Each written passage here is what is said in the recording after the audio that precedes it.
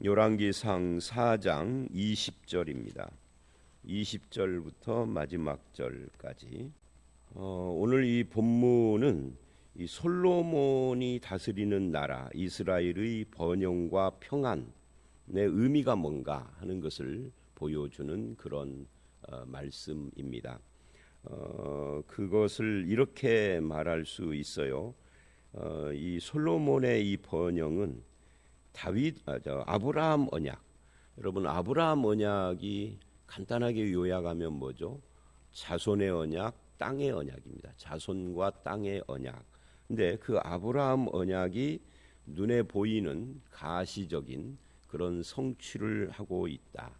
이제 언약 성취의 관점으로 이 본문을 볼 수 있는 거죠.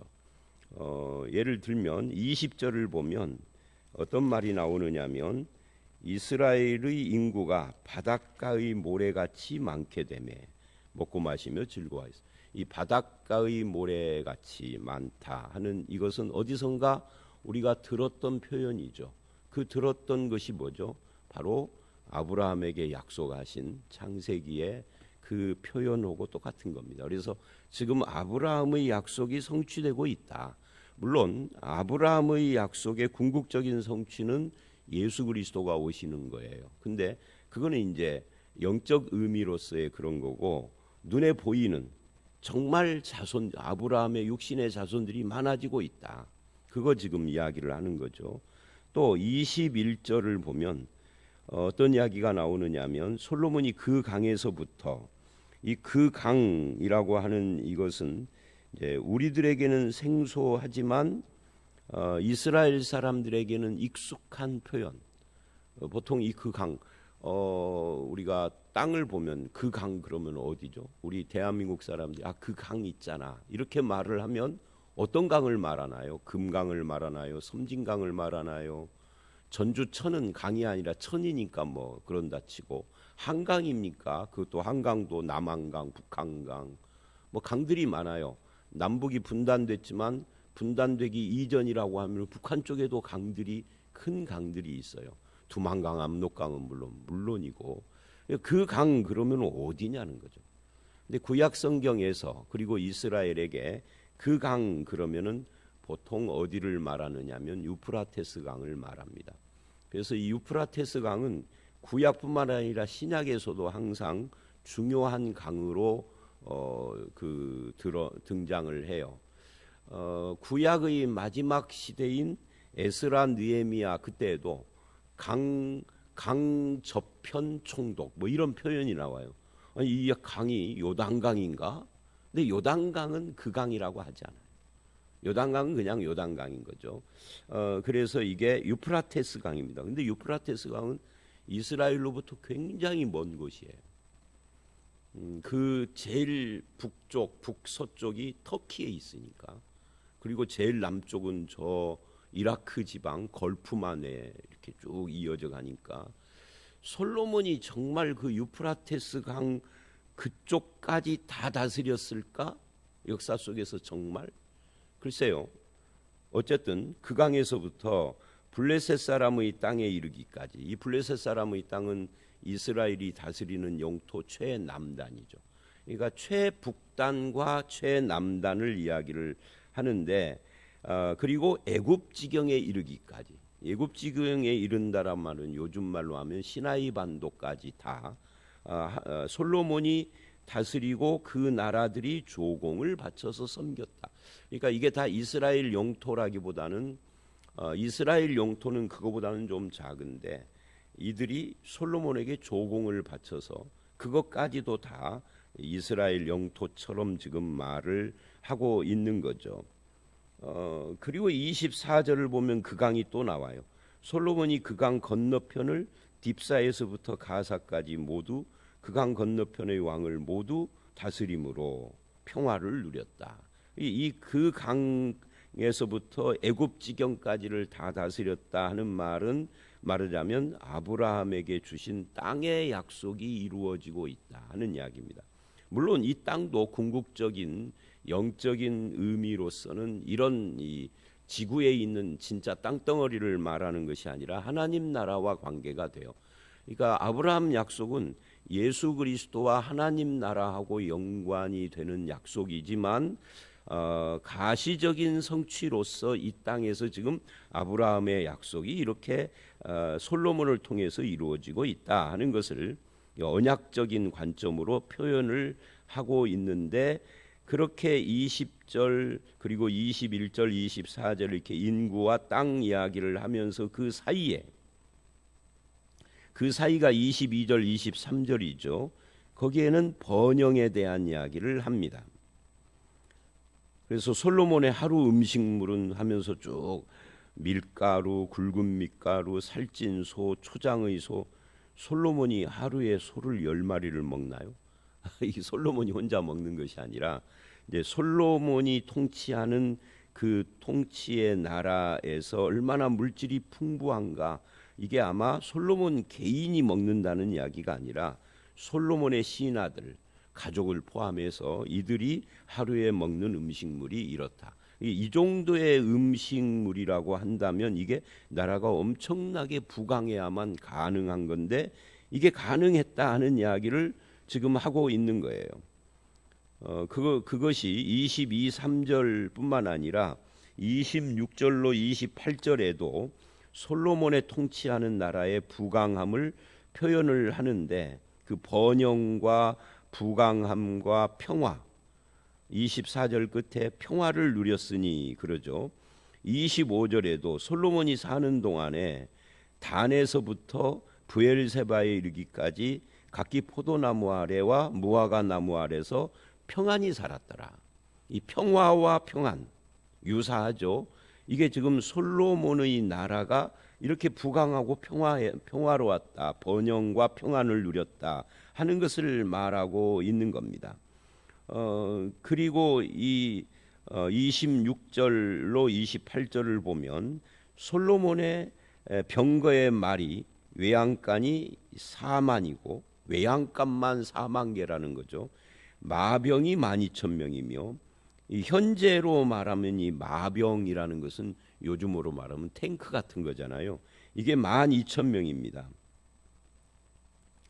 근데 이게 이제 문제는 뭐냐면, 이게 마냥 솔로몬의 나라가 부강하고 번영하고 평안했다를 말하는 것 같은데, 살짝 이 26절에서 읽는 사람이 구약을 잘 아는 사람이라고 한다면 살짝 눈치를 채게 표현을 한 거예요. 그게 뭐냐면, 여러분이 기억하세요. 신명기 17장은 이스라엘의 왕을 세웠을 때 그 왕이 해야 할 일과 하지 말아야 할 일들을 말씀해 놓은 그런 것이거든요. 근데 그 신명기 17장을 가보면 16절에 이스라엘의 왕은 언어가 아니라 호스, 말, 타는 말을 많이 갖지 말아야 한다라고 말을 합니다. 왜 그랬느냐면 하나님을 믿어야 하는데 군사력을 믿기 때문에. 우리나라는 탱크가 많아. 요즘으로 말하면 무슨 전투기가 많고 항공모함이 많아. 우리 군사력이 세. 그래서 하나님을 안 믿는 거예요. 하나님은 형식이 돼버리고. 그래서 하나님을 바르게 믿어야 한다라는 것을 이 군사력을 의지하지 말아라고 표현을 하는 겁니다. 물론 그것 말고도 여러 가지 이야기를 하지만, 그런데 이 솔로몬은 지금 번영을 이야기를 하면서 성경의 기자가 살짝, 그런데 이게 사실은 신명기의 말씀을 어기는 거야 라고 이렇게 살짝 표현을 한 거죠. 28절에도 그게 나와요. 또 그들이 각기 진물을 따라 말과 준마에게 먹일 보리와 꼴을 그 말들이 있는 곳으로 가져왔더라. 이렇게 해서 번영에 대한 이야기를 쭉 합니다. 우리가 이 번영이라는 것이 창세기에 보면은 그 생육하고 번성하였더라 하잖아요. 창세기에서 동물들이나 사람이 하나님의 창조의 축복 가운데서 번영하는 그런 모습, 생육하고 번성하는 모습은 어떻게 보면은 축복인 거죠. 그리고 그 결과 안식을 얻는, 이게 창세기에서 창세기 2장에서도 그렇고. 그런데 범죄를 한 후에 창세기 3장 그 이후에 사라진 것이 뭐냐면 생육하고 번성하는 것은 그대로였는데 안식이 사라져요. 두려움과 불안과 부끄러움과 고통, 죽음 이런 것들이 찾아오게 되고 그 번성이라는 것이 갖고 있는 사명이 사라져요. 그냥 무조건 번성하는 것이 장땡이가 된 거죠. 근데 생육하고 번성하는 것은 사명을 가진 축복이었거든요. 생육하고 번성하여 하나님이 창조한 세상을 다스림, 즉 관리하는 그런 그 사명을 주었는데 그것이 사라져요. 그래서 우리가 구원을 받는다라는 것은 회복입니다. 하나님과의 관계가 회복되면서 안식이 회복되고 평안이 주어지고 사명도 회복되고 그게 이제 하나님 나라인 거죠. 예수 그리스도를 통하여서 안식일의 주인 되신 그분으로부터 우리가 구원을 받아 이 범죄, 죄의 결과로부터 해방되는 그런 것이 구원입니다. 자, 그래서 이제 이 솔로몬의 이 평화와 번영 이것이 일시적이었다 하는 것을 이 본문은 그런 의미에서 또 지적을 합니다. 그러니까 신명기의 말씀을 어기는 행위일 뿐만 아니라 이거는 일시적이었다. 그 일시적이다 하는 것을 보여주는 것이 25절이에요. 뭐라고 이야기를 하느냐면 이렇게 말을 하죠. 솔로몬이 사는 동안에 그래요. 사는 동안에라는 말은 솔로몬이 죽은 뒤에는 이런 번영과 이런 평화와 이런 영토와 이런 것들을 다 물 건너갔다. 그 이야기를 지금 하는 거예요. 사는 동안에 유다와 이스라엘이 단에서부터 브엘세바까지 각기 포도나무 아래와 무화과 나무 아래에서 평안히 살더라. 이거는 솔로몬이 사는 동안뿐이다. 사후에는 아니다. 그러니 솔로몬 때에서 아브라함의 언약이 성취되는 것 같아도 그건 잠시 그랬다. 하나님이 말씀하신 아브라함 언약의 성취는 잠시 맛보는 것이 아니라 영원히 이어지는 것이어야 하는데 그렇다면 이거는 그냥 맛보기일 뿐이다는 거예요. 그런 의미에서 아브라함의 약속의 성취는 무엇이냐 할 때 자손, 인구, 자손은 예수 그리스도고 땅은 하나님 나라, 아까 말한 것처럼 그렇게 되는 거죠. 그래서 우리는 솔로몬보다 더 나은 그 하나님 나라와 구원의 축복을 지금 누리고 있는 거예요. 어제도 그 말씀했잖아요. 들의 백합화를 보라, 솔로몬이 입은 영광보다 더하다라고. 그거 누가 했느냐 할 때 핵심이 이거예요. 그거 하나님이 하셨다가 아니라 우리 하늘 아버지가 하신, 우리들의 아버지가 하신 거예요. 그것처럼 오늘 말씀도 우리는 이 솔로몬이 상징적으로 보여주고 솔로몬의 나라가 예표하는 그 하나님 나라에 이미 들어와 그 첫 열매를 맛보기 한 자들입니다. 이미 누리고 있는 자들이다. 그런 이야기죠. 이제는 완전한 성취, 예수 그리스도의 재림을 소망으로 기다리고 있는 중이죠. 솔로몬처럼 잠시 그냥 겉으로만 맛보는 것이 아니다는 거죠. 그래서 우리의 삶은 그 나라의 생명과 영광과 안식, 평화를 맛보며 사는 것이 크리스찬들이다. 이게 신앙생활이 그런 것이다. 근데 이제 이렇게 성경은 이런 걸 말한다 해놓고 현실을 보면 신앙생활이 그렇지가 않죠. 하나님 나라와 그 생명과 하나님 나라 통치와 그 생명과 영광과 안식을 맛보는 것은커녕 이 신앙생활이 막 짓눌려 있고 어거지가 되고 있고 누군가의 눈치를 보는 것이 되고 있고 그러면 이건 곤란한 거예요. 그래서 히브리서 4장 같은 데는 이미 믿는 우리는 안식에 들어온 자다 이미 그렇게 이야기를 하는 거예요. 자기 일을 쉬는 자다. 하나님처럼 왜? 내 삶의 보장이 하나님으로부터 오는 것이니까. 이걸 마태복음식으로 말하면 염려를 내려놓고 이렇게 표현을 하는 거죠. 그래서 예수님은 솔로몬이 입은 영광이 들꽃만도 못하다라고 했던 거예요. 주님이 우리를 먹이고 입히고 기르시기 때문에 그렇다. 그래서 세상 나라와 영광이 아니라 그 나라와 의와 영광을 구하는 것이 이게 예수 믿는 사람이다 하는 것을 그렇게 말씀을 하신 겁니다. 어떻게? 예수 안에서 그 말씀을 순종하고 하나님을 의지함으로써. 자, 이런 이야기를 쭉 해 나가는데 29절 이하를 보면 29절로 마지막, 그러니까 오늘 말씀은 20절로 28절 번영과 평안에 대한 이야기를 합니다. 그리고 29절로 34절은 솔로몬의 지혜와 총명에 대하여서 어떤 이 마무리 같은 이야기를 해요. 왜냐하면 내일 말씀인 5장서부터는 성전과 왕궁을 건축하는 내용이 주 내용이기 때문에 8장까지 그래서 이제 솔로몬의 지혜와 총명에 대한 이야기는 오늘 본문으로 마무리가 되는데 이 부분에서 솔로몬은 전도서를 보면 전도서에서 뭐라고 고백을 하느냐면 이 모든 번영과 이 모든 대단한 능력과 지식과 이것이 다 헛되도다 그래요. 물론 전도서의 핵심은 인간은 죽는다라는 것을 전제로 하고 죽음 앞에서 그 모든 물질의 풍요함과 그 모든 세상의 영광과 그런 지식과 지위 같은 것이 허무하다, 헛되다라고 하는 거죠. 그러면 이것이 헛되면 무엇을 우리는 추구하면서 살아야 되느냐 할 때 전도서의 결론은 하나님을 경외하는 것. 이렇게 이야기를 하는 거예요.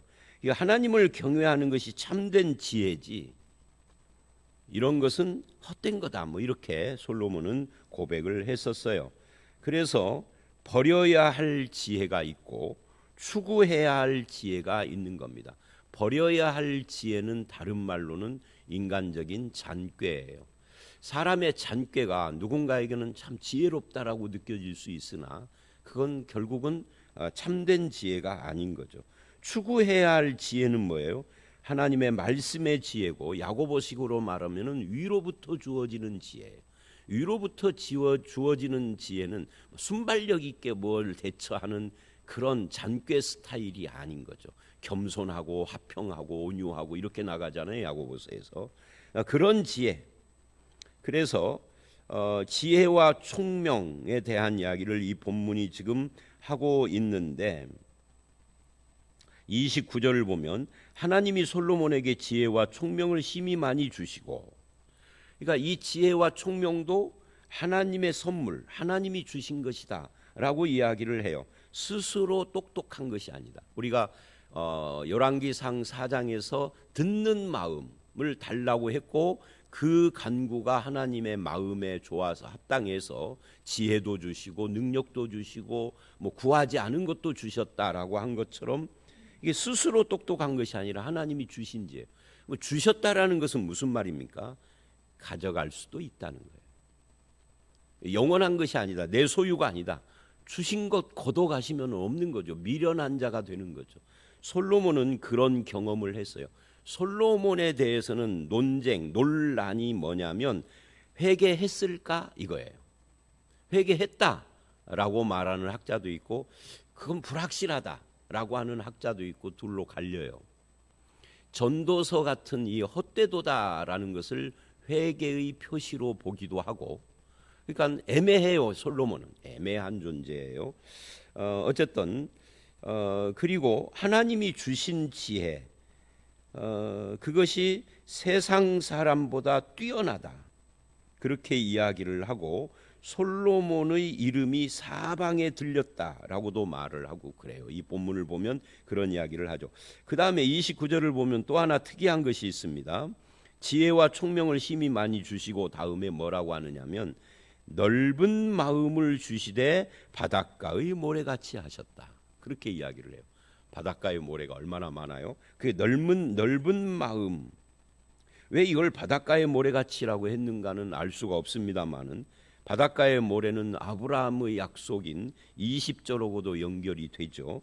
어쨌든 이 지혜를 가지고 있는데 그 사람이 마음이 좁쌀 같으면 그 지혜가 악하게 쓰이는 거죠. 저 사람이 참 똑똑하다. 말도 참 똑똑하게 잘하고 샤프하고 머리가 핑핑 돌아간다. 근데 마음이 좁으면 그 지혜가 선영이 될까요? 선영이 안 돼요. 그러니까 지혜 총명과 넓은 마음 둘 중에 하나만 네가 가져라. 그러면 여러분 뭐가 더 좋을 것 같습니까? 인생 살고 돈벌이에는 지혜와 총명이 훨씬 더 나을 것 같기는 한데 인간관계를 하면서 살아가는 인생 자체를 놓고 보면 넓은 마음이 훨씬 더 중요해요. 넓은 마음에 지혜 총명까지 있으면은 말이 잘 안 되네요. 금상첨화고 둘 중에 하나만이다 그러면은 사실은 넓은 마음이 더 필요하죠. 인생 살아가는데. 근데 우리 주변에 이 둘을 다 갖춘 사람 찾기가 어렵죠. 똑똑하면은 마음이 좁쌀 같아서 사람들을 피곤하게. 그죠? 그런데 마음이 넓은 사람은 약간 좀 멍청해 보인 사람도 있어. 그러니까 인간에게 다 주시지를 않은 거예요. 여러분은 어떻습니까? 어쨌든 이 본문은 지금 29절에 그렇게 출발을 해서 그것이 어떻게 실제로 나타났는가를 보여줘요. 30절 솔로몬의 지혜가 동쪽 모든 사람의 지혜와 애굽의 모든 죄. 왜 서쪽은 안 나오죠? 서쪽은 바다니까 막혔잖아요. 지금은 뭐 배 타고 스페인도 가고 미국도 갈 수 있겠지만 이때에는 지중해가 막혀 있으니까 이스라엘은 북쪽과 남쪽과 동쪽만 있는 거예요. 그래서 동쪽 아라비아, 그 욥기를 보면 동방의 의인 뭐 이런 표현이 나와요. 이 성경의 동방이 그리고 남쪽은 애굽이니까 보다 더 지혜가 뛰어났다. 31절 그는 모든 사람보다 지혜로웠다.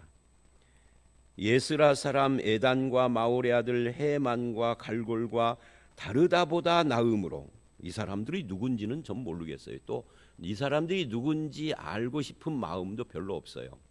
중요한 것은 이들이 누군가는 그 당시에 유명한 지혜자들이겠죠. 근데 그들보다 뛰어났다. 그래서 그 이름이 사방 모든 나라에 들렸다. 이제 국제적인 명성. 그래서 생긴 일이 나중에 11장 10장을 보면 스바 여왕이 찾아온 거죠. 국제적인 명성입니다. 그래서 그거를 가지고 32절 잠언 3천을 말하였다. 이 잠언의 내용이 뭐죠?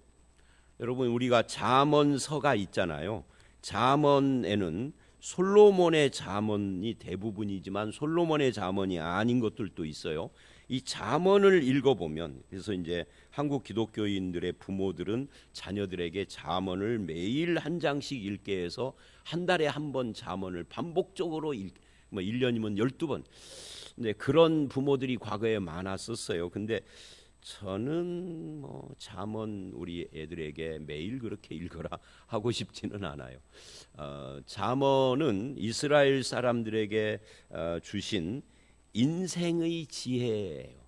인생에 대한 이야기죠. 그래서 뭐 안 읽는 것보다는 낫기는 하죠. 근데 사실은 얼마 전에도 누가 새로 예수 믿는데 성경 어디를 읽을까요? 아 그래 잠언 읽으시오. 이렇게는 잠언을 읽으면 예수를 믿지는 않아요. 잠언을 읽고 예수 믿었다 그러지는 않아요. 그래서 제가 창세기를 읽고 난 뒤에 왜냐하면 성경의 뿌리니까 신약의 요한복음을 읽으시기를 바랍니다. 이렇게 이야기를 해줬습니다. 창세기는 뿌리를 알고 요한복음은 예수 그리스도가 하나님이라는 것을 말하니까 마태복음이나 이런 데는 그 다음에 읽어도 되니까. 그러면 세 번째 책은 어디를 읽을까요? 또 물을 수도 있겠죠. 근데 아직 안 읽었는가 봐요. 아직 질문이 없습니다. 자, 그래서 이렇게 지혜로웠다. 또 자연에 대해서 초목, 짐승, 새, 곤충, 물고기에 대해서도 솔로몬이 아주 해박했다 하고 오늘 말씀이 끝나요. 그래서 이제 이게 오늘 말씀 전부 다인데 우리는 오늘 말씀 전체를 놓고 솔로몬이 이렇게 번성하고 이렇게 놀라운 지혜를 가졌는데 우리는 얼마나 많은 것을 소유했느냐를 복이라고 하고 얼마나 많은 소유를 위해서 동분서주하며 기도하고 애를 쓰죠. 그러나 우리가 아무리 그래도 솔로몬의 힘, 솔로몬의 소유, 솔로몬의 지혜 이런 것들에 필적하기가 쉽지가 않습니다. 근데 성경은 뭐라고 그러냐면 이 모든 것들이 하나님께 듣는 마음을 통해서 주어진 것이고, 하나님께 듣는 마음을 유지하는 동안은 이것이 바른 방향으로 쓰였는데, 이 지혜가 넓은 마음이 사라지면은 좁쌀 같아서 사람을 피곤하게 하고 힘들게 하는 것처럼, 하나님을 듣는 마음을 이 사라지면 이것이 복이 아닐 수 있다. 그래서 나중에 이제 그것이 복이 아님으로 나타나죠. 그게 12장에 나라가 분열되는 원인이 솔로몬이잖아요. 하나님께 듣는 마음이 있어야 이 부와 이 능력과 이 지혜의 총명이 제대로 된 방향을 가지고 쓰이는 거잖아요. 그래서 무조건 소유와 힘의 복 또는 지혜의 복을 쫓는 것은 성경이 우리에게 바라는 것이 아니에요.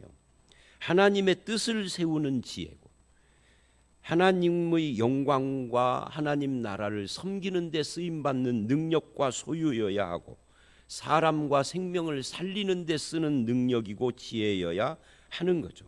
그것을 진정한 복이라고 우리는 그렇게 말을 해야 합니다.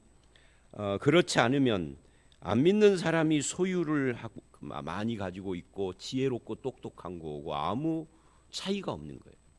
그래서 오늘 말씀은 우리에게 조금이라도, 솔로몬만치는 아니어도 조금이라도 소유나 힘이나 지혜를 주시거나 어떤 직을 주셨다면, 직분, 그걸 가지고 하나님의 영광을 드러내고 사람의 생명을 살리고 하나님 나라를 확장하며 복음을 드러내는 일에 쓰임받기를 기도해야 합니다.